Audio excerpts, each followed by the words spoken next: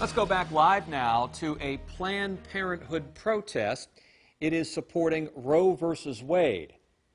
My choice! My body! My choice! My body! My choice! My body! My choice! Nearly 50 years ago, the landmark U.S. Supreme Court decision protected a woman's right to have an abortion. That decision could soon be overturned based on a leaked draft opinion from the Supreme Court. Instead, it would leave the legality of abortion up to individual states. An investigation into how that draft opinion was leaked is underway. Demonstrators on both sides of the abortion debate made their voices heard across the country. And Washington correspondent Jesse Tenor is at the High Court with what happens next. Good evening. The court has confirmed the authenticity of the leaked draft opinion, but stresses it's not the justice's final word. Still, though, many here in Washington are not waiting for their final ruling at the end of the court's term this summer to take action.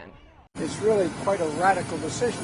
President Joe Biden blasted a leaked draft Supreme Court opinion written by Justice Samuel Alito. If issued, it would throw out the landmark Roe v. Wade ruling, setting off protests both for and against abortion rights in front of the High Court Tuesday. I hope there are not enough votes for it. But the court's 6-3 conservative majority almost guarantees there will be enough votes to overturn Roe, which set off a push by Democrats like Senators Maria Cantwell and Debbie Stabenow to pass legislation protecting abortion rights. The majority of American people support this policy as settled law. It all comes down to who should make decisions about your health, your life, and your future. Past efforts in Congress to codify Roe have failed, and Republicans, including South Carolina Senator Lindsey Graham, still oppose it. Repealing Roe v. Wade, in my opinion, is the right constitutional answer. While many GOP lawmakers share Graham's view, Senate Republican leader Mitch McConnell also criticized the leak as an unprecedented breach of the High Court's secret deliberation process. Almost certainly in an effort to stir up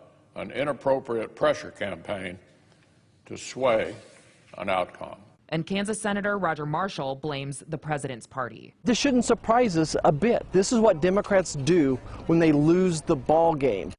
Chief Justice John Roberts has ordered an investigation into the leak. While Republicans are calling for a swift punishment, Democrats are warning that this likely ruling would put other rights at risk, like same-sex marriage and birth control.